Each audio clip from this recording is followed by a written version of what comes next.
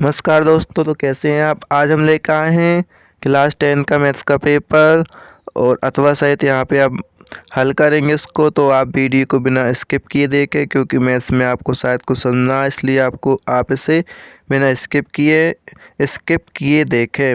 और आपको ज़्यादा डिटेल चाहिए तो आप मेरे चैनल को सब्सक्राइब करें, जिससे आपको सभी का सॉल्यूशन, क्वेश्चन बैंक का सारा सॉल्यूशन आपको यहाँ पे दिया जाएगा। तो हम बिना देर किए पेपर को स्टार्ट करते हैं। यहाँ पे आपको पेपर के बारे में जानकारी दी गई है। आपको ये पेपर है 80 नंबर का रहेगा, 3 घंटे का पेपर रहेगा। यहाँ पे आपके टोटल 23 क्वेश्चन रहेंगे।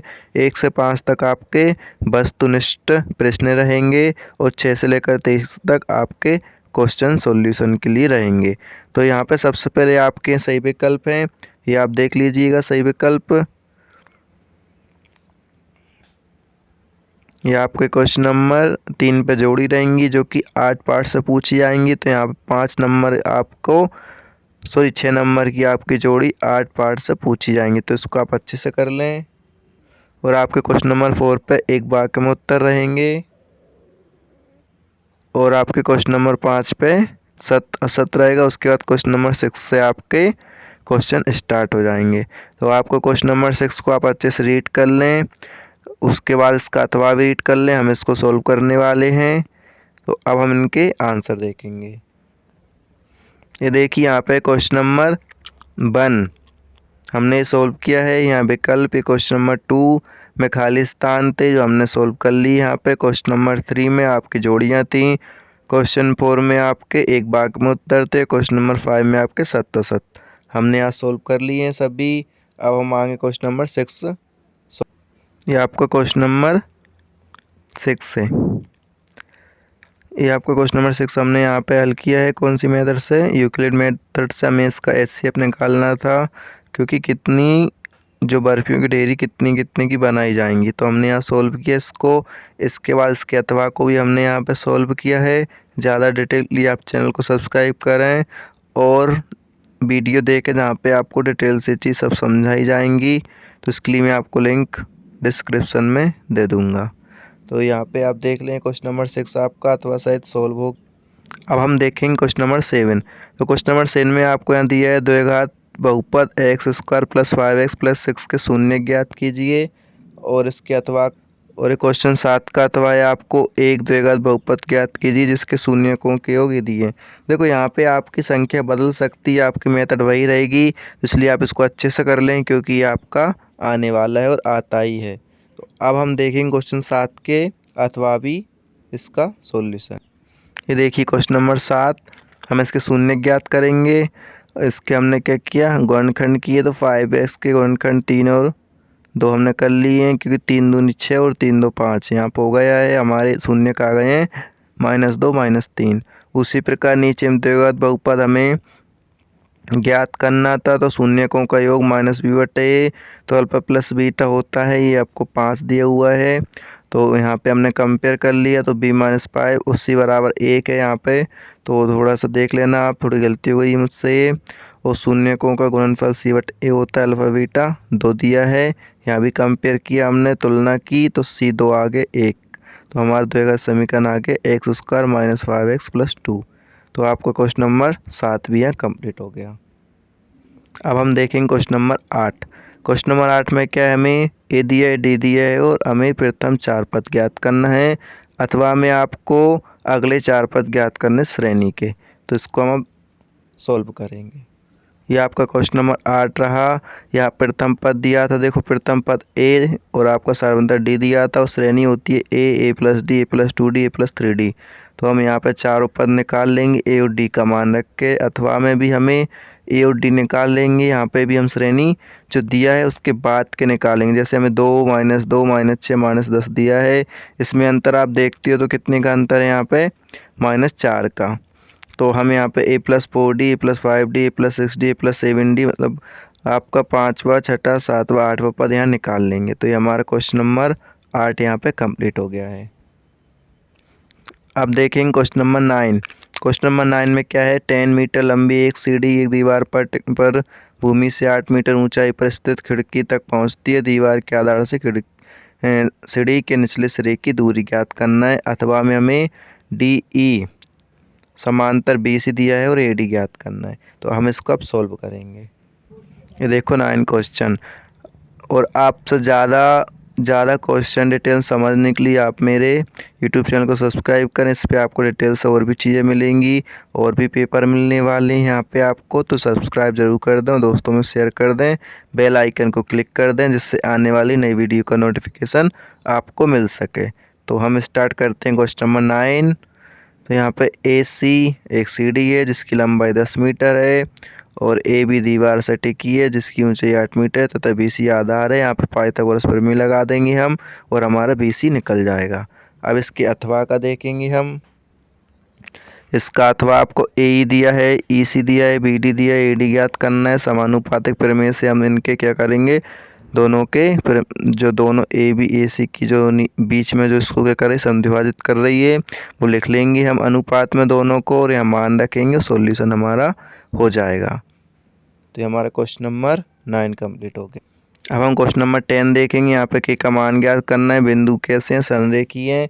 इसका अथवा देखेंगे। अब इसके अथवा में एक्स वाई के मध्य एक संबंध ज्ञात करना है। बिंदु एक्स वाई बिंदुओं के से कैसा है, समदूरस्थ है। तो अब हम इसको सॉल्व करेंगे। ये आपका क्वेश्चन नंबर 10।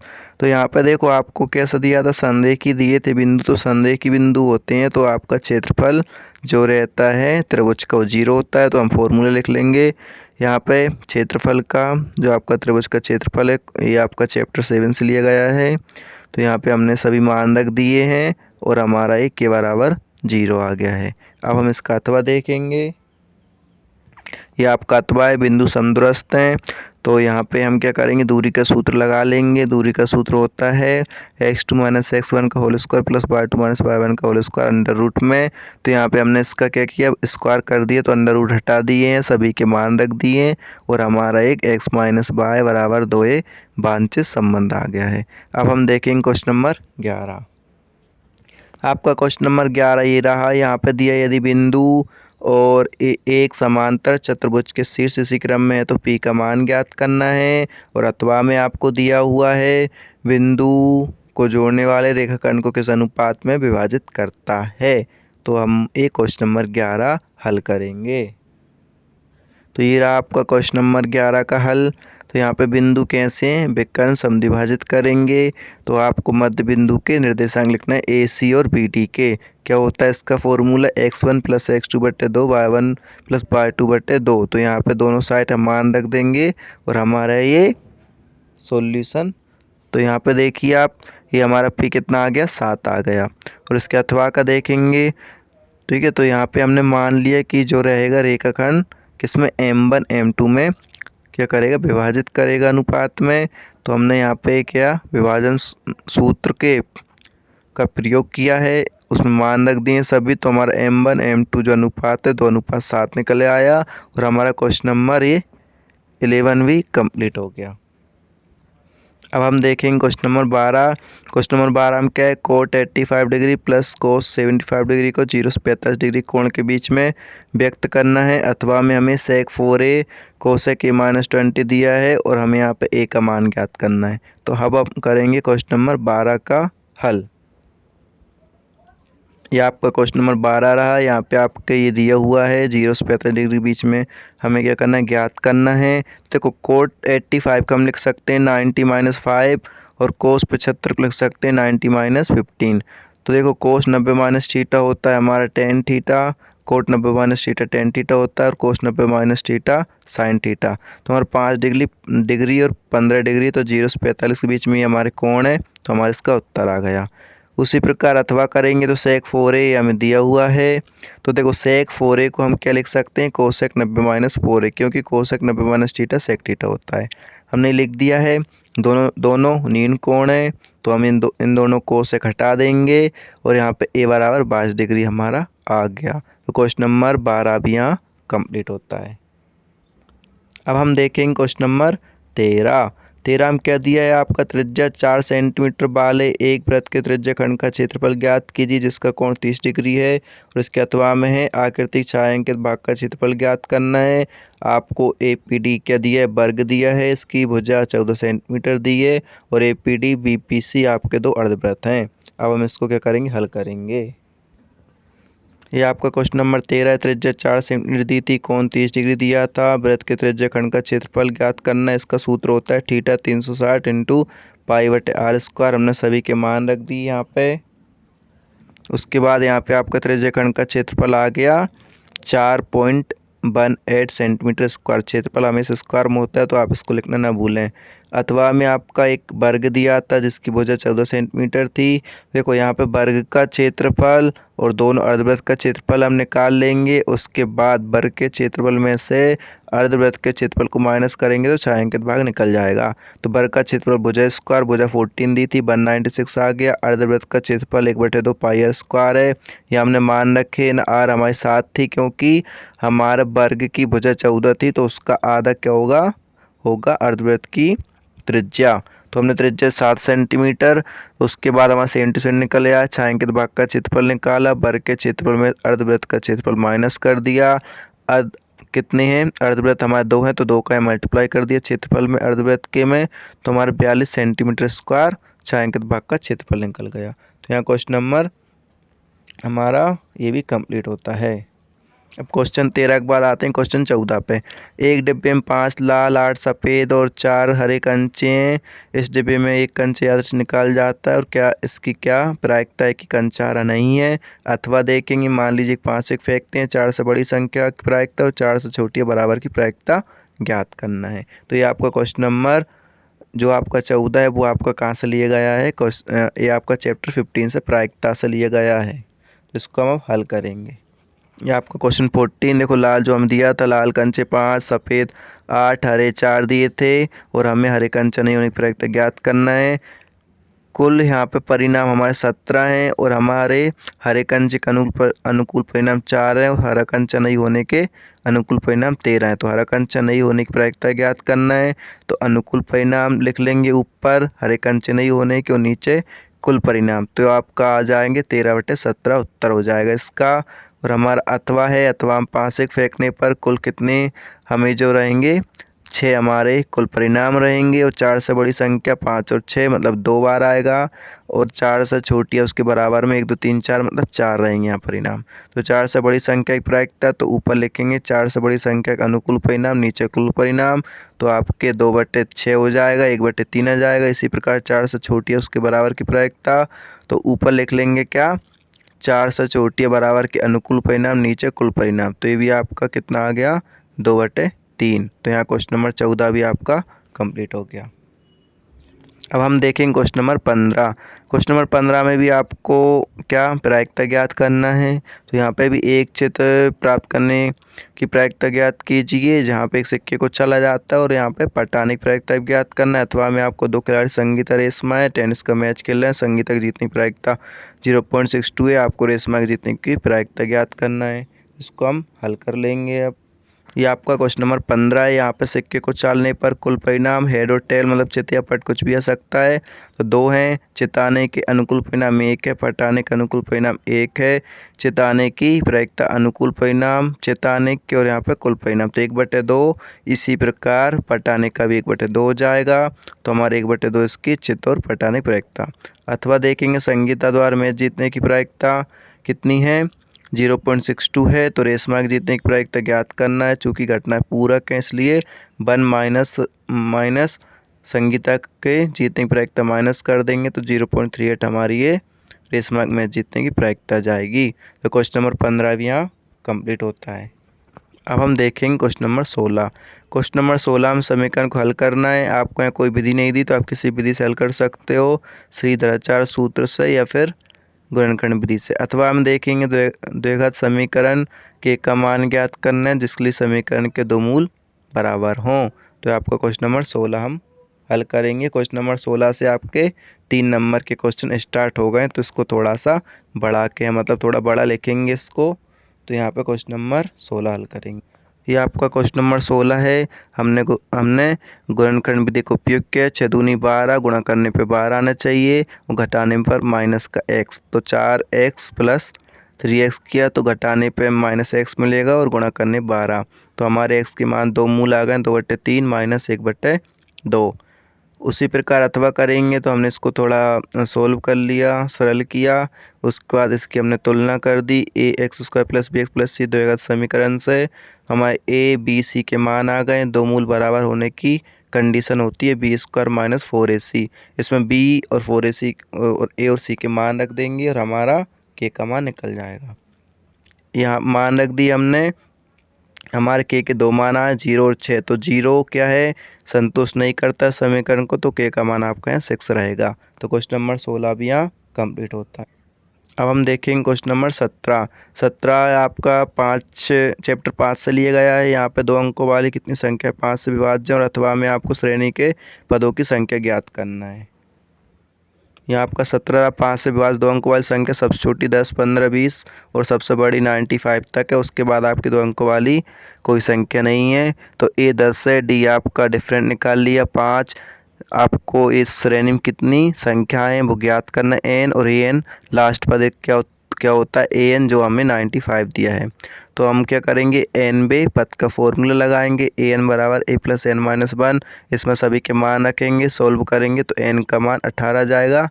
तो 5 से विभाज्य संख्या 18 है। अथवा देखेंगे, अथवा हम श्रेणी दी है, इसमें भी ए डी लिख लेंगे। ए एन आपका क्या दिया है, लास्ट पद भी दिया है और एन ज्ञात करना है। इसमें भी हम एन बे पद का फॉर्मूला लगाएंगे और यहाँ पे हमारे पदों की संख्या कितनी आ गई, 34। तो यहाँ क्वेश्चन नंबर 17 भी हमारा कंप्लीट हो गया। अब देखेंगे क्वेश्चन नंबर 18। इसमें आकृति P S S Q P T R दिया है बराबर में और कोण दिया है P S T P R Q. तो सिद्ध करना है कि पी क्यू आर एक समद्विबाहु त्रिभुज है। और इसके अथवा में दिया है आपको त्रिभुज ए बी सी की भुजाएं ए बी ए सी को क्रमशः डी पर प्रतिच्छेद करती हैं, बी सी के समांतर है। तो सिद्ध करना ए डी बटे ए बी और ए बटे ए सी। तो हम क्वेश्चन नंबर 18 हल करेंगे। ये आपका क्वेश्चन नंबर 18 है, यहाँ दिया हुआ था हमें ये। तो देखो यहाँ पे तो जो हमने एस टी समानांतर क्यू आर लिखा है, तो यहाँ पे हमें जब कोई भुजा क्या करती है, किसी त्रिभुज की दो भुजाओं को समद्विभाजित करती है, वो तीसरी भुजा के क्या होती, समांतर होती है। हमने लिख लिया जब समांतर है तो इसके संगत कोण बराबर होंगे, तो हमने वो लिख लिया पी एस टी कोण पी क्यू आर, तो संगत कोण। उसके बाद आपको पी एस टी आपको दिया हुआ था, दोनों समीकरण 1 और 2 से करेंगे। तो यहाँ हम देखते हैं दोनों एल एच एस के कोण बराबर हैं, तो आर एच एस बराबर होगा। तो कोण 3 कोण यहाँ बराबर हो चुके हैं। तो हमारा पी क्यू बराबर पी आर, जो कि समद्विभाजित त्रिभुज की दो भुजाएं बराबर होती हैं, तो समान कोणों की सम्मुख भुजाएं बराबर। तो हमारा त्रिभुज पी क्यू आर कैसा है, समकोण त्रिभुज है, सॉरी समद्विभाजित त्रिभुज है। तो हमने लिख दिया है, अतः त्रिभुज पी क्यू आर एक समद्विबाहु त्रिभुज है। वैसे दुआ अथवा देखेंगे, डी समानांतर बी सी दिया था, सिद्ध आपको ये करना है अनुपात में कि नहीं। तो आधारभूत फिर में हमने लिख लिया ये ए डी बटे डी वी और ए बटे ई सी। इसको हमने क्या कर दिया, उलट दिया, दोनों पक्षों में एक जोड़ दिया। और ये हमने देखो D B plus A D की जगह क्या ए बी है और ई सी प्लस ए को हम ए सी लिख सकते हैं। इसको फिर से हमने पलट दिया, हमारे यहाँ सिद्ध हो गया। अब क्वेश्चन नंबर 19 देखेंगे। सिद्ध कीजिए कि वृत्त के किसी बिंदु पर स्पर्श रेखा स्पर्श बिंदु जाने वाली त्रिज्या पर लंब होती है, अथवा में एक बिंदु ए से जो एक वृत्त के केंद्र 5 सेंटीमीटर दूरी पर है, वृत्त पर स्पर्श रेखा की लंबाई 4 सेंटीमीटर, त्रिज्या ज्ञात करना है।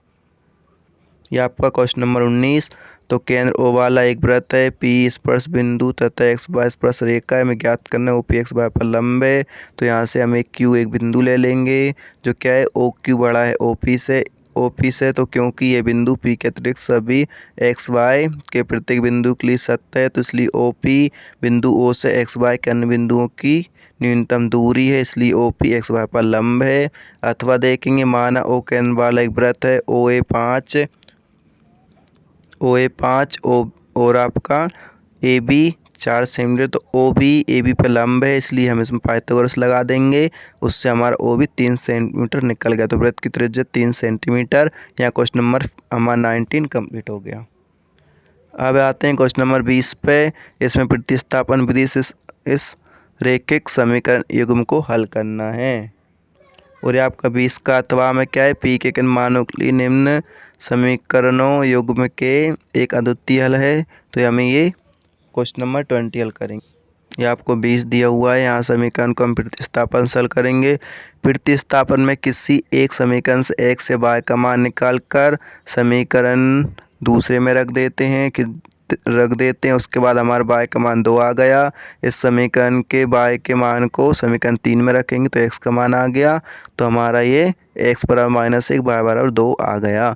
उसी प्रकार अथवा है, अथवा में क्या करेंगे, समीकरण 1 2 की तुलना कर देंगे रैखिक समीकरणों से। तो हमारे देखो अद्वितीय की जो कंडीशन होती है वो होती है a1 a2 not equal to b1 b2। तो ये हमने a1 a2 b1 b2 निकाल लिए हैं, यहाँ मान रखेंगे इनके। तो मान रखने के बाद p नॉट इक्वल टू 4, तो p बराबर 4 के अतिरिक्त p के प्रत्येक मान के लिए समीकरण का एक अद्वितीय हल होगा। तो क्वेश्चन नंबर 20 भी कंप्लीट हो गया। क्वेश्चन नंबर 21 आपका चैप्टर नंबर 11 से यहाँ आपको रचना करना है। तो ये आपको 7.6 सेंटीमीटर लंबा एक रेखाखंड खींचिए, 5:8 अनुपात विभाजित कीजिए, दोनों भागों को मापिए।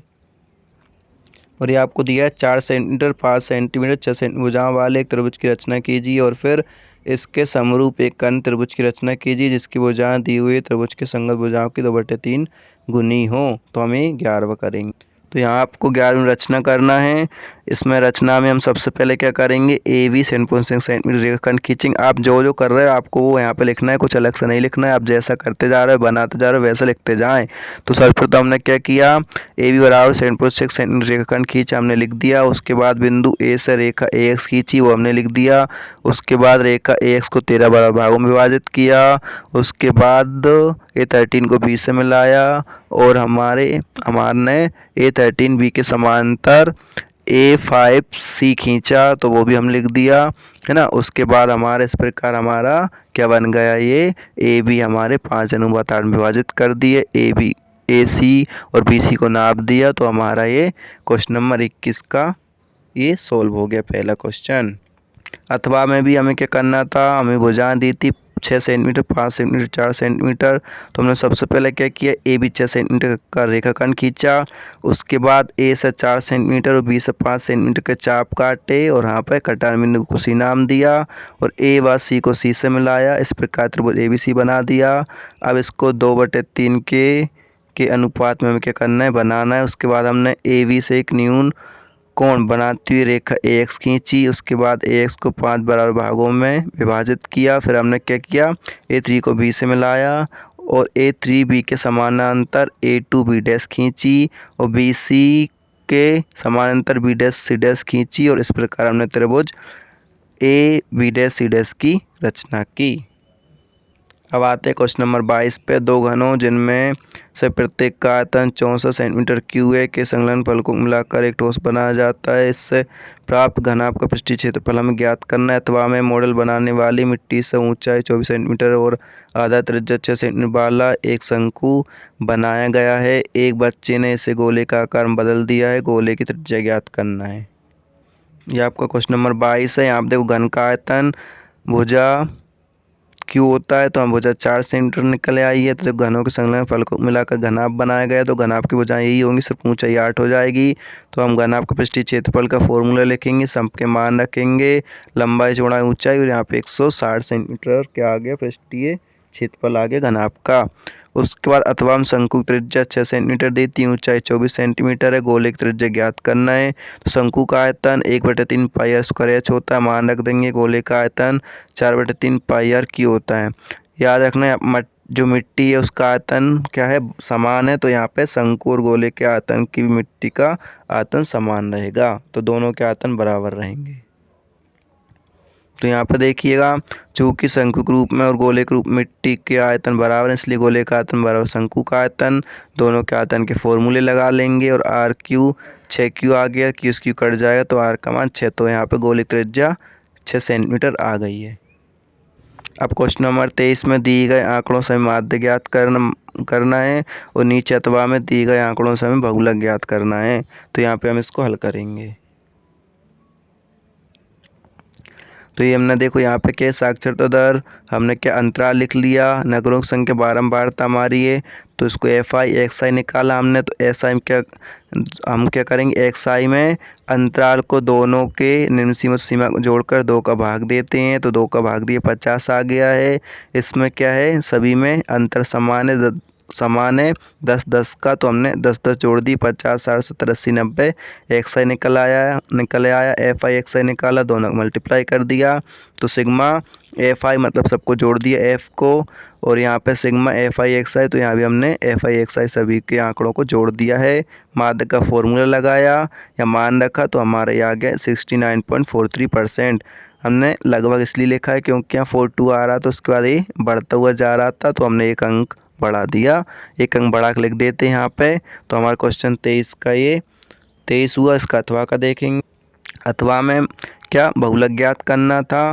तो यहाँ देखो, बहुलक वर्ग वो होता है जिसकी बारंबारता ज़्यादा होती है, तो यहाँ 3 5 अंतराल की बारंबारता ज़्यादा थी, वो लिख लिया। L निम्न सीमा होती है 3 है, H ऊंचाई होती है या फिर दोनों का डिफरेंट जो कि 2 है, F1 बहुलक वर्ग की बारंबारता जो कि 8 है, F0 बहुलक वर्ग से पहले की बारंबारता 7 है, F2 बहुलक वर्ग की बाद की बारंबारता जो कि 2 है। बहुलक का फॉर्मूला लिख लिया, उस मान रख दिए सभी के, तो बहुलक निकल आया हमारा 3.286। तो हमारे यहाँ पे क्वेश्चन नंबर 23 के साथ ही ये हमारा क्लास 10 का मैथ्स का पेपर कंप्लीट होता है। आप इसको सभी दोस्तों में शेयर कर दें, और यदि अभी तक आपने मेरे चैनल को सब्सक्राइब नहीं किया, सब्सक्राइब कर लें, साथ ही बेल आइकन को क्लिक कर लें, जिससे आने वाली नई वीडियो का नोटिफिकेशन आपको मिल सके। धन्यवाद दोस्तों, आपका सपोर्ट ऐसा ही मिलता रहे, इसके लिए मैं आपका बहुत बहुत आभार व्यक्त करता हूँ। अगले वीडियो में मिलेंगे, तब तक के लिए आपको धन्यवाद।